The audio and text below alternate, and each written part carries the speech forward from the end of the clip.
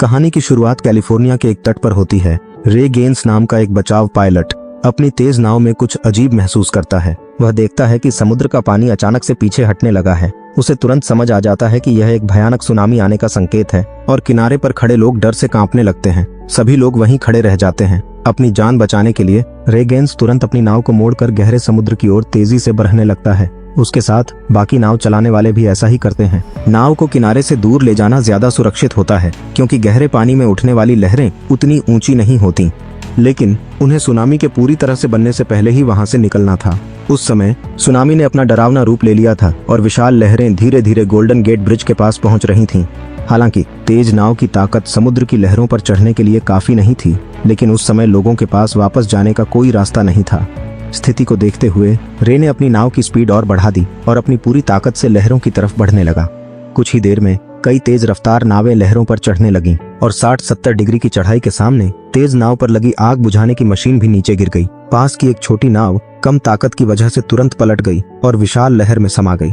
जब रे लहर के ठीक ऊपर पहुंचने वाला था तो पास की एक महिला के चेहरे पर डर का भाव आ गया। तभी एक विशाल मालवाहक जहाज अचानक दिखाई दिया। यह देखकर रे और उसके साथ के सभी लोग आश्चर्य से कहते हैं, यह क्या है? दोनों नावें लगभग टकराने ही वाली थीं। रे गेन्स ने तेजी से कार्रवाई की और दोनों नावें बाल बाल बच गईं, लेकिन खतरा अभी टला नहीं था। अगले ही पल जहाज से कंटेनर गिरने लगे। रे गेन्स और बाकी लोग समय रहते बच गए और सुरक्षित पानी में पहुंच गए, लेकिन वह विशाल मालवाहक जहाज समुद्र में गिर गया और खतरनाक सुनामी के साथ गोल्डन गेट ब्रिज की ओर बढ़ने लगा। अगले ही पल गोल्डन गेट ब्रिज पूरी तरह से तबाह हो गया और पुल पर मौजूद कई लोगों की जान चली गई। जब उन्हें बचने की कोई उम्मीद नहीं दिखी तो दो बुजुर्गों ने हार मान ली और एक दूसरे को गले लगा लिया अपनी आखिरी पलों को संजोने के लिए।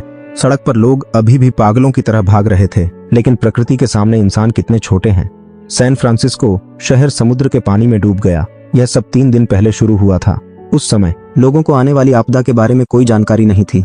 वे हमेशा की तरह उत्साहित होकर हूवर बांध घूमने जा रहे थे। उसी दौरान एक भूगर्भ वैज्ञानिक प्रोफेसर लॉरेंस हेंस और उनका सहायक बेन टेलर यहाँ भूकंप की भविष्यवाणी का प्रयोग कर रहे थे।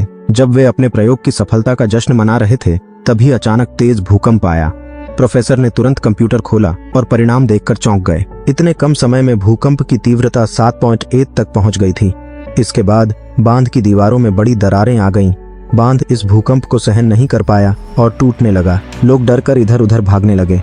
बेन टेलर अभी अभी बांध के अंदर से बाहर निकला था, लेकिन जैसे ही वह वहां से निकलने वाला था, उसे एक डरी हुई छोटी लड़की दिखाई दी। लड़की को बचाने के लिए बेन टेलर एक बड़े खतरे में फंस गया। आखिरी क्षण में उसने अपनी पूरी ताकत से लड़की को सुरक्षित जगह पर फेंक दिया, जबकि उसकी खुद की दाहिनी टांग में लोहे की छड़ घुस गई। इसी देरी के कारण अगले ही पल बांध पूरी तरह से टूट गया और आसमान छूती लहरें जंगली जानवर की तरह सब कुछ निगल गईं।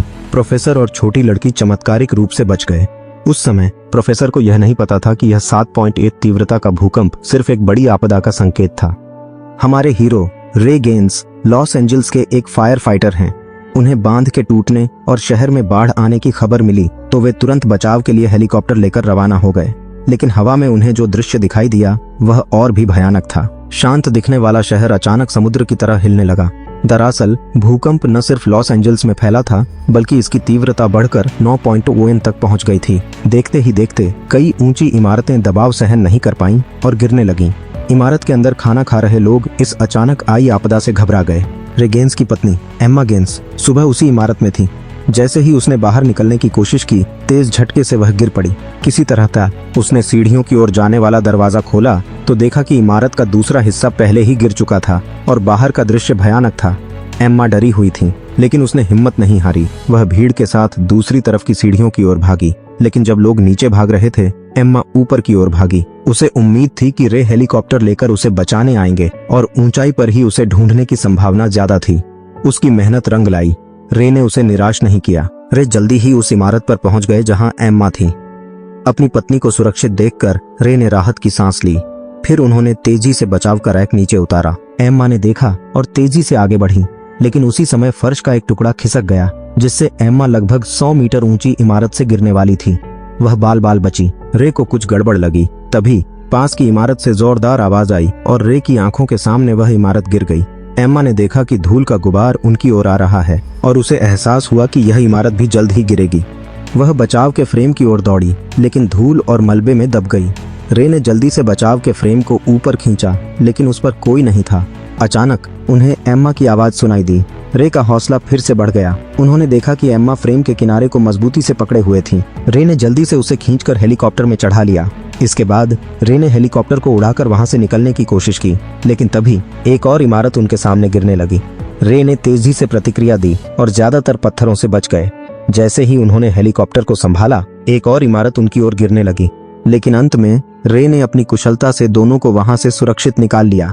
लेकिन उन्हें आराम करने का समय भी नहीं मिला, क्योंकि उन्हें अपनी बेटी ब्लैक गेंस का मदद के लिए फोन आया। उन्हें पता चला कि भूकंप सैन फ्रांसिस्को तक फैल गया है। उन्होंने ब्लैक से मिलने की जगह तय की और तुरंत सैन फ्रांसिस्को के लिए रवाना हो गए, ताकि वे अपनी बेटी को बचा सकें। उन्हें यह नहीं पता था कि सैन फ्रांसिस्को में एक और भयानक आपदा आने वाली है। उस समय सैन फ्रांसिस्को के पास भूकंपीय तरंगों की आवृत्ति तेजी से बढ़ रही थी और भविष्यवाणी की गई तीव्रता आखिरकार 9.6 तक पहुंच गई। प्रोफेसर लॉरेंस हेंस ने इसे देखते ही घबराकर तुरंत लाइव प्रसारण शुरू किया और सैन फ्रांसिस्को के लोगों को तुरंत शहर खाली करने की चेतावनी दी। उस समय ब्लैक गेंस शहर में भीड़ के साथ पैदल ही ऊंची जगह की ओर जा रही थी। सड़क पर भागने के लिए तैयार कारों की भीड़ थी और भूकंप के कारण हवाई अड्डे पर कोई रनवे नहीं बचा था। रे गेंस और एम्मा गेंस परेशान थे कि वे हेलीकॉप्टर को कहां उतारें। तभी उन्हें एक स्टेडियम दिखाई दिया और उन्हें तुरंत एक उपाय सूझा। उन्होंने हेलीकॉप्टर को स्टेडियम की ओर उड़ाया और तुरंत उपकरण पहन लिए। इसके बाद रे गेंस और एम्मा गेंस ने एक साथ स्काई डाइविंग की और स्टेडियम में सफलतापूर्वक उतर गए। ठीक उसी समय भूकंप फिर से आया और इस बार इसका कंपन बहुत शक्तिशाली था। इतिहास में सबसे भयानक 9.6 तीव्रता का भूकंप उसी क्षण आया। जमीन अचानक लहरदार दिखाई देने लगी और शहर की सभी इमारतें और सुविधाएं पल भर में नष्ट हो गईं। शुक्र है कि भूकंप के बाद रे, एम्मा और ब्लैक खुले क्षेत्र में छिपे थे, इसलिए वे बच गए। लेकिन जब ब्लैक रे गेंस और एम्मा गेंस से मिलने के लिए आगे बढ़ने की तैयारी कर रही थी, तो शहर में फिर से आपदा का अलार्म बजने लगा। रेडियो के माध्यम से उन्हें पता चला कि एक विशाल सुनामी आने वाली है। अपनी जान बचाने के लिए ब्लैक ने सबसे ऊंची इमारत पर नजर डाली और अपने साथियों के साथ तेजी से उस इमारत की ओर भागी। तट के पास का समुद्री जल तेजी से पीछे हटने लगा और इसके तुरंत बाद सुनामी आ गई। गोल्डन गेट ब्रिज सबसे पहले इसकी चपेट में आया और नष्ट हो गया और विशाल लहरें सैन फ्रांसिस्को की ओर बढ़ीं। पहले से ही क्षतिग्रस्त सैन फ्रांसिस्को अब एक बार फिर विनाशकारी हमले का सामना कर रहा था। उस समय ब्लैक अपने छोटे साथी बेन टेलर के साथ 10वीं मंजिल पर पहुंची थी। तभी उन्हें सुनामी का भयानक मंजर दिखाई दिया। खतरनाक सुनामी ने लगभग उस इमारत को गिरा दिया जहां ब्लैक थी। वे चमत्कारिक रूप से बच गए। जब तीनों ने दूर देखा तो अविश्वसनीय दृश्य देखकर वे कुछ देर के लिए स्तब्ध रह गए। बेन टेलर ने देखा कि जल स्तर लगातार बढ़ रहा है, इसलिए वे तुरंत ऊंची जगह पर चले गए और सुरक्षित 12वीं मंजिल पर पहुंच गए। उसी समय सुनामी से बचे रे गेंस और एम्मा गेंस ने हार नहीं मानी और शहर में अपनी बेटी की तलाश करने लगे। जब वे निराश होकर हार मानने वाले थे तो एक हरी लेजर किरण ने उनका ध्यान खींचा। उन्होंने पीछे मुड़कर देखा तो देखा कि वह उनकी बेटी ब्लैक थी। वे भावुक होकर गले लग गए, लेकिन तभी समुद्र का पानी खिड़की तोड़कर 12वीं मंजिल में भर गया। बेन टेलर सौभाग्य से सीढ़ियों के पास पहुंच गया, जबकि ब्लैक एक कमरे में फंस गई जहां सिर्फ एक छोटी सी जगह में सांस लेने की जगह बची थी। वह खुद को बचाना चाहती थी, लेकिन बाहर निकलने का रास्ता मलबे से बंद हो गया था। ब्लैक ने बहुत कोशिश की, लेकिन वह मलबे को हिला नहीं पाई। संकट की घड़ी में रे गेंस बिना सोचे समझे पानी में कूदकर ब्लैक को बचाने के लिए चल दिए। रे गेंस ने जल्दी ही ब्लैक को ढूंढ लिया, लेकिन बाहर निकलने का रास्ता मलबे से बंद था और उसे हिलाना भी संभव नहीं था। स्थिति और भी खराब थी, क्योंकि ब्लैक के कमरे में बची हुई हवा भी पानी में डूब चुकी थी। ब्लैक बेहोश हो गई और रे गेंस ने देखा कि उनकी बेटी जीवन और मृत्यु के बीच झूल रही है। चिंतित रे गेंस में अचानक असीम शक्ति आ गई। उन्होंने सारी भारी वस्तुएं हटा दीं, ब्लैक को उठाया और बिना डूबे हुए 13वीं मंजिल पर पहुंच गए। वहां उन्होंने एक खाली जगह ढूंढी और ब्लैक को प्राथमिक चिकित्सा देनी शुरू कर दी। तभी इमारत फिर से जोर से हिलने लगी।